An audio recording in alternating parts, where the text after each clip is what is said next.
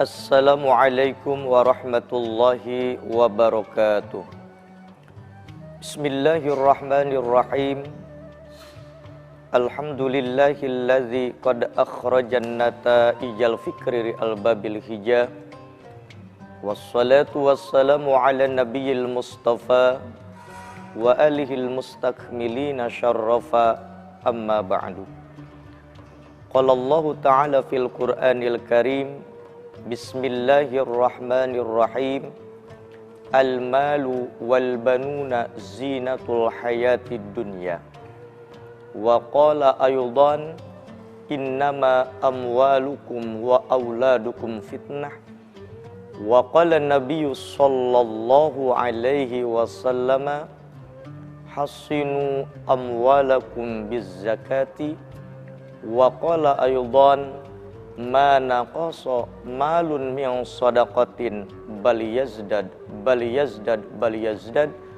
Wa qala aydan man bana masjidan banallahu lahu baitan fil jannah. Shadaqallahul azim wa shadaqa rasuluhun nabiyul habibul karim. Wa nahnu ala dzalika minasyahidina wasyakirina walhamdulillahi rabbil alamin. Pemirsa TV One dimanapun Anda berada, marilah dalam kesempatan ini kita memanjatkan puja dan puji kehadirat Allah yang Maha Suci, Allah Rabbul Izzati. Salawat dan salam semoga Allah curah limpahkan selalu kepada baginda Nabi besar Muhammad sallallahu alaihi wasallam.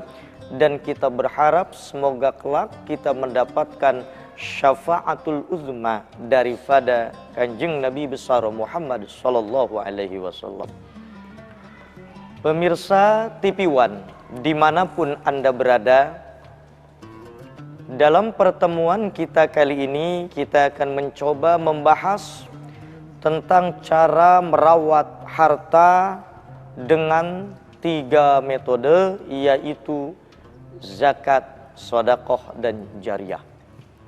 Berbicara harta, setiap orang yang hidup di alam dunia ini sudah barang tentu pengen memiliki harta, karena memang harta ini adalah salah satu faktor penunjang, bukan penjamin, faktor penunjang kelancaran, kebahagiaan hidup di alam dunia. Dan memang Islam tidak melarang untuk mencari harta, justru Islam menganjurkan, memotivasi bagi pemeluknya untuk semangat bekerja mencari rezeki yang halal.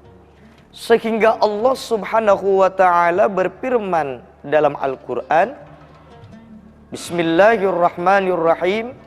Wabtaghi fima atakallahu darul akhirah wala tangsa nasibaka minad dunya. Yang artinya kata Allah, carilah oleh kalian itu, carilah olehmu kebahagiaan di negeri akhirat dengan kita beribadah kepada Allah, baik ibadah mahdhah maupun ibadah ghair mahdhah.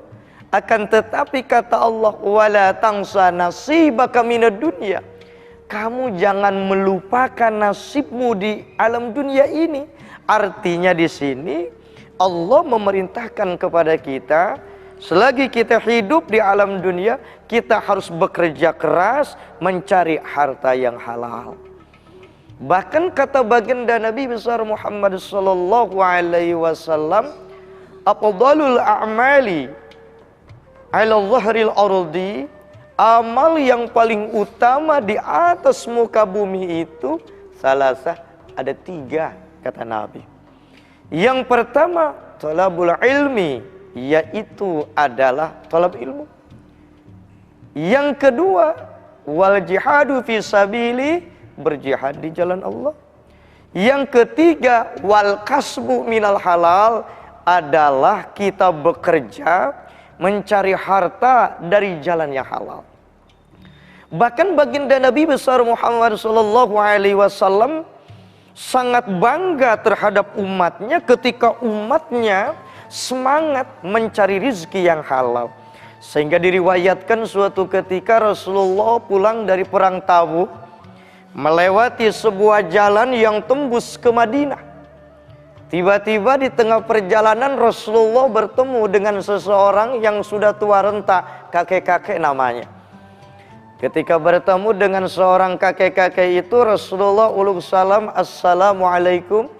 Kemudian dijawab oleh si kakek, waalaikumsalam. Kemudian Rasul menyodorkan tangan, hendak jabat tangan. Tapi anehnya, ironisnya, si kakek itu tidak mau berjabat tangan dengan baginda Nabi besar Muhammad SAW. Spontan Rasul bertanya, kata Rasulullah, wahai kakek, apa salah dan dosaku sehingga engkau tidak mau berjabat tangan dengan aku? Kemudian si kakek itu menjawab, ya Rasulullah, aku tidak mau berjabat tangan denganmu bukan berarti engkau punya salah kepadaku, bukan berarti engkau punya dosa kepadaku. Akan tetapi yang menyebabkan aku tidak mau berjabat tangan denganmu, aku malu ya Rasulullah. Kenapa? Tanganmu lembut ya Rasulullah, tanganmu wangi ya Rasulullah, tanganmu mulia ya Rasulullah. Sedangkan tanganku, kata si kakek, sudah keriput, kasar ya Rasulullah. Kemudian Rasulullah bertanya, wahai kakek, apa yang menyebabkan tanganmu menjadi kasar? Si kakek menceritakan yang menyebabkan tanganku menjadi kasar adalah syariatnya profesiku. Emangnya apa profesi kakek?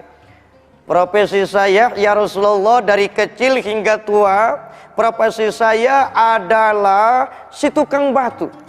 Saya pergi dari rumah mencari batu, kemudian batu itu saya pecahkan.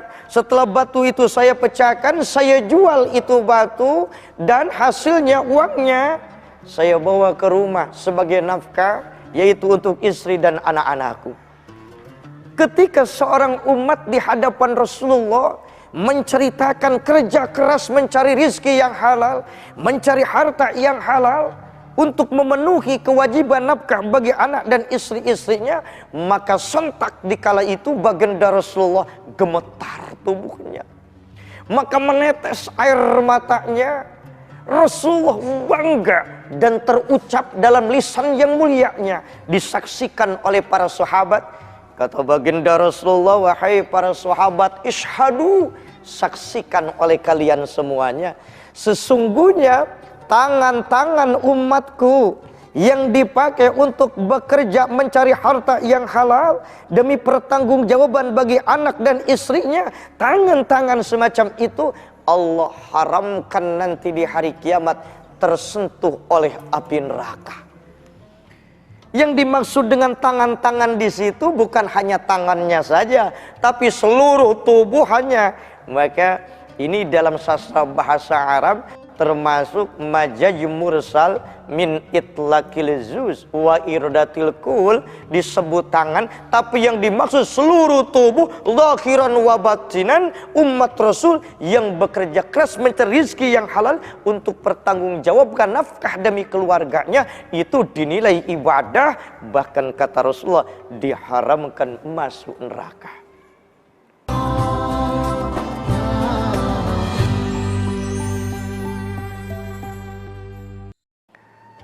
Pemirsa TV One dimanapun Anda berada, semakin jelaslah bahwa Islam memotivasi kepada kita untuk bekerja keras mencari rezeki yang halal. Cuman yang menjadi persoalannya adalah setelah rezeki didapat, setelah harta didapat, awas, harta itu harus dirawat sesuai dengan aturan yang Allah anjurkan. Karena kalau harta setelah kita dapat, cari harta itu capeknya luar biasa, dinilai ibadah. Akan tetapi setelah harta didapat, ingat, harta itu bisa menjadi fitnah, harta itu bisa menjadi musibah, harta itu bisa mencelakakan kita di dunia dan akhirat. Sehingga Allah berfirman dalam Al-Quran, innama amwalukum wa auladukum fitnah. Sesungguhnya harta dan anak, kalau kita tidak bisa merawatnya, kalau tidak dirawat sesuai dengan tuntunan Allah dan Rasulnya, harta dan anak akan menimbulkan fitnah malapetaka di dunia dan di akhirat. Betapa banyak kisah-kisah dari umat-umat terdahulu, bahkan kisah-kisah nyata daripada di zaman-zaman sekarang. Tidak sedikit manusia yang celaka karena hartanya, tidak sedikit manusia yang celaka pula karena perbuatan anak-anaknya. Akan tetapi sebaliknya, ketika kita merawat harta yang kita miliki sesuai dengan cara Allah, maka harta itu akan menjadi faktor kebahagiaan dunia dan akhirat, akan menjadi faktor keindahan, kesenangan dunia dan akhirat. Sehingga Allah berfirman dalam Al-Quranul Karim, Al-malu wal banuna zinatul hayatid dunya. Harta dan anak-anak akan menjadi zinatul hayati dunia, akan menjadi keindahan di dunia, akan menjadi faktor kebahagiaan di dunia, akan menjadi faktor kesuksesan, bahkan bahagia dunia dan akhirat kalau bisa merawatnya.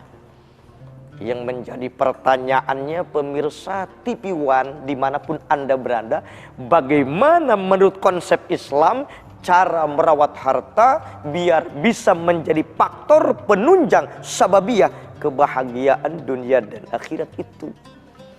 Nah, yang pertama, cara melawat harta itu adalah yaitu dengan dikeluarkan zakatnya. Ketika kita telah memiliki harta, nisab mencapai ukuran wajib zakat, haul mencapai 1 tahun, maka cara itu merawat harta wajib kita keluarkan zakatnya, zakat malnya. Allah Subhanahu wa taala berfirman dalam Al-Qur'an, "Khudh min amwalihim shadaqatan tutahhiruhum wa tuzakkihim biha." Kata Allah, ambillah zakat daripada harta-harta mereka. Orang-orang yang beriman yang telah mencapai nisab dan haul, tujuannya tutahhiruhum wa tuzakkihim biha, untuk membersihkan, mensucikan, yaitu harta mereka itu sendiri. Makanya ketika kita diberikan oleh Allah kelancaran milik dan rezeki, harta yang melimpah dan telah mencapai ukuran haul dan nisab wajib zakat, jangan lupa keluarkan 2,5% sebagai pembersihan, persucian daripada harta yang kita miliki. Bahkan bukan hanya itu saja, kata Rasulullah Shallallahu Alaihi Wasallam, ternyata zakat itu bisa membentengi harta kita, bisa menjaga harta kita. Karena yang namanya harta itu kalau tidak dibentengi dengan zakat, maka harta itu akan disita oleh Allah Subhanahu wa taala.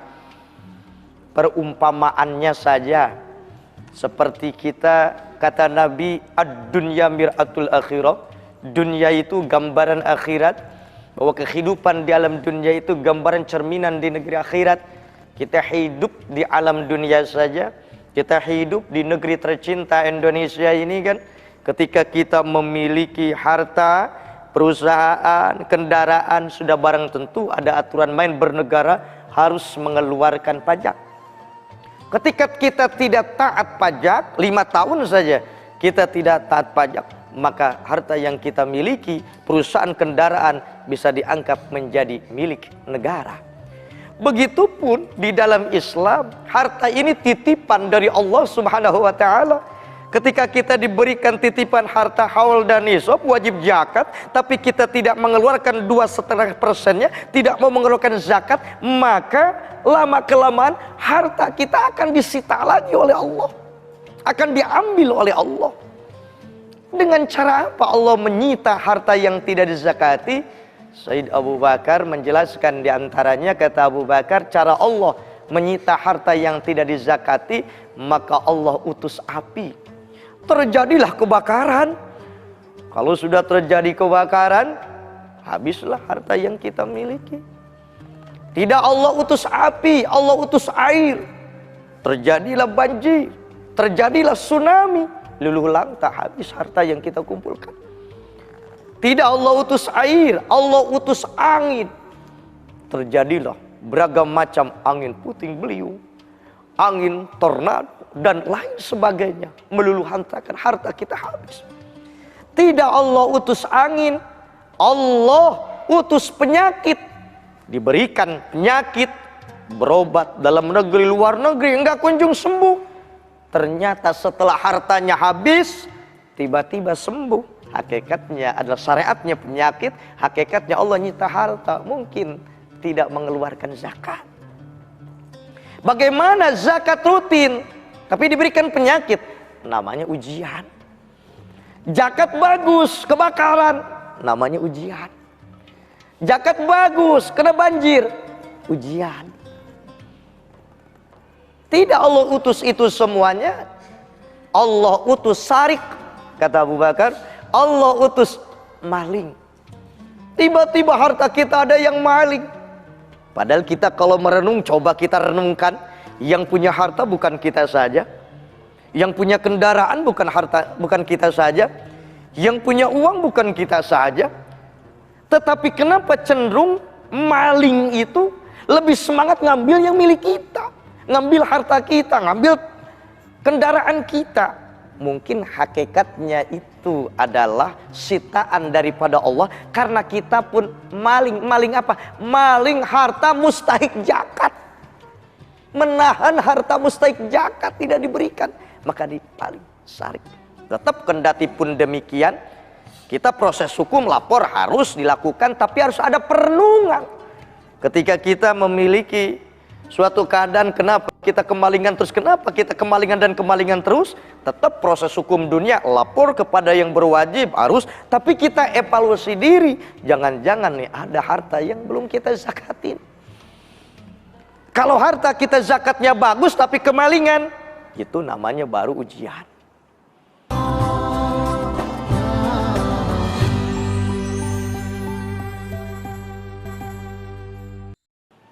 Tidak dengan itu Allah utus penipu. Tiba-tiba nih datanglah teman, saudara, pura-pura minjam uang. Tolong dong pinjam uang, tenang dah seminggu, nanti dibalikin. Dikasih sama kita.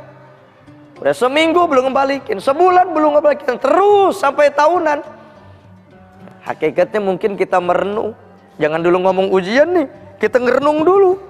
Menghitung-hitung nih, oh bisa jadi kita pernah nipu. Nipu apa? Nipu mustahik zakat. Tidak mengeluarkan zakat. Maka disita oleh teman kita, saudara kita yang tadi baik kok tiba-tiba jadi nipu kita. Mungkin seukuran itu zakat yang belum kita keluarkan. Tapi ketika zakatnya bagus, baru namanya ujian. Lolos dengan sitaan-sitaan itu, maka nanti ketika dia meninggal dunia, harta yang tidak zakati akan habis ujung-ujungnya. Kenapa? Direbutkan, dipertengkarkan anak-anaknya, rebutan harta. Nah, maka oleh karena itu Allah dan Rasulnya mengajarkan cara biar harta ini menjadi penunjang kebahagiaan dunia dan akhirat. Maka rawatlah harta, keluarkan zakatnya 2,5%. Nanti insya Allah kalau dikeluarkan 2,5%, maka harta itu akan dibersihkan, akan disucikan, dan 2,5% itu akan menjadi benteng daripada harta yang kita miliki, sebagaimana yang disabdakan oleh baginda Nabi besar Muhammad SAW, hasinu amwalakum biz zakati, bentengilah harta kalian dengan zakat. Yang kedua, cara merawat harta itu adalah dengan mengeluarkan sedekah. Kalau zakat hukumnya wajib, kalau sedekah ini hukumnya sunnah. Zakat tujuannya mensucikan harta, membentengi harta. Kalau sedekah itu mengembangkan harta, menyuburkan harta. Vitaminnya harta adalah sedekah.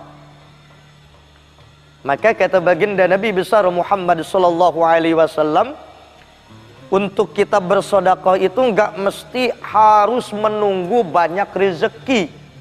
Justru dengan bersedekah itu akan memancing datangnya banyak rezeki, akan memancing dimudahkannya banyak rezeki. Maka kata Rasulullah, istaunzilu rizqa bis sadaqati, utlubu nuzula rizqi bis sadaqati, yaitu kata Rasulullah, pancinglah rizki itu dengan sedekah.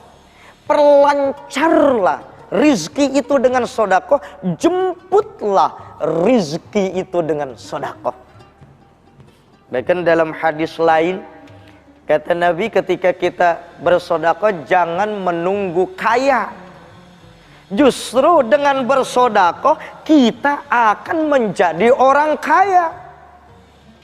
Maka Rasulullah sallallahu alaihi wasallam bersabda, "Inna tasadduqa yajlibul ghina ayurisul ghina." Kata Nabi, sesungguhnya sedekah itu akan mewaris kaya. Dan kekayaan yang akan diperoleh oleh sedekah itu ada 5 tahapan. Yang pertama, ginal qalbi, dengan kita bersedekah akan kaya hati, tenang batin. Yang kedua, ghinal jiyah, dengan bersedekah kita akan kaya wibawa, derajat diangkat oleh Allah, timbul kepercayaan dari berbagai kalangan. Istiqomah kita sedekahnya naik level ketiga, ginal ilmi, dengan sedekah kita akan kaya ilmu, diberikan limpahan ilmu laduni sesuai dengan bidang dan profesi kita masing-masing, melakukan aktivitas pekerjaan gampang saja karena diberikan kemudahan. Ketika kita sedekahnya istiqomah, diberikan ginal mali, yaitu kekayaan harta. Jadi dengan sedekah enggak ujug-ujug kaya harta. Yang pertama, tenang dulu batinnya, diangkat derajatnya, diberikan limpahan ilmu, kemudian harta ngikuti. Ketika kita istiqomah sedekahnya, ginal akhirati, diberikan kekayaan akhirat. Karena sedekah yang kita keluarkan itu salasina fi dunya, 30 lipat balasannya Allah berikan di alam dunia, wasabiina fil akhirah, 70 lipat Allah berikan di akhirat sebagai amal soleh. Bukankah setiap kita ingin masuk surga?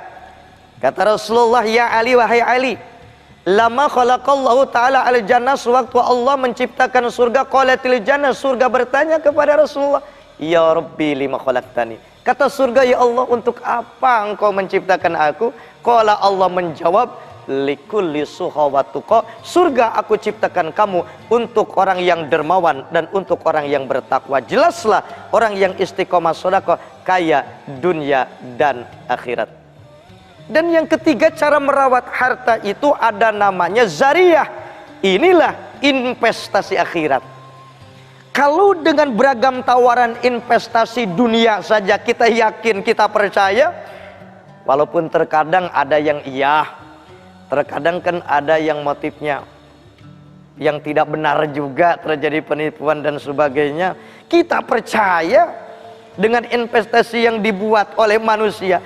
Kenapa kita tidak mencoba yakin? Kenapa kita tidak mencoba percaya akan investasi akhirat yang dijanjikan oleh Allah Subhanahu wa ta'ala, yang kita ini nantikan akan kembali ke negeri akhirat, akan hidup di akhirat itu selama-lamanya. Ketika kita hidup di dunia yang sementara ini, kita perlu aset-aset yang banyak. Begitupun kita nanti hidup di negeri akhirat, kan abadan abada, selama-lamanya, berarti kita perlu aset sebanyak-banyaknya. Maka selagi kita hidup, ketika kita diberikan rezeki oleh Allah, diberikan titipan harta oleh Allah, jangan lupa kita untuk investasi akhirat yang disebut dengan sedekah jariyah. Apa contohnya sedekah jariyah? Kita mengorbankan harta diantaranya untuk pembangunan masjid. Karena kata baginda Nabi besar Muhammad SAW, man bana masjidan banallahu lahu baitan fil jannah. Siapa saja orangnya yang ketika hidup di alam dunianya menginfakkan hartanya untuk sedekah jariyah, pembangunan masjid, maka Allah bangunkan gedung yang indah di surga.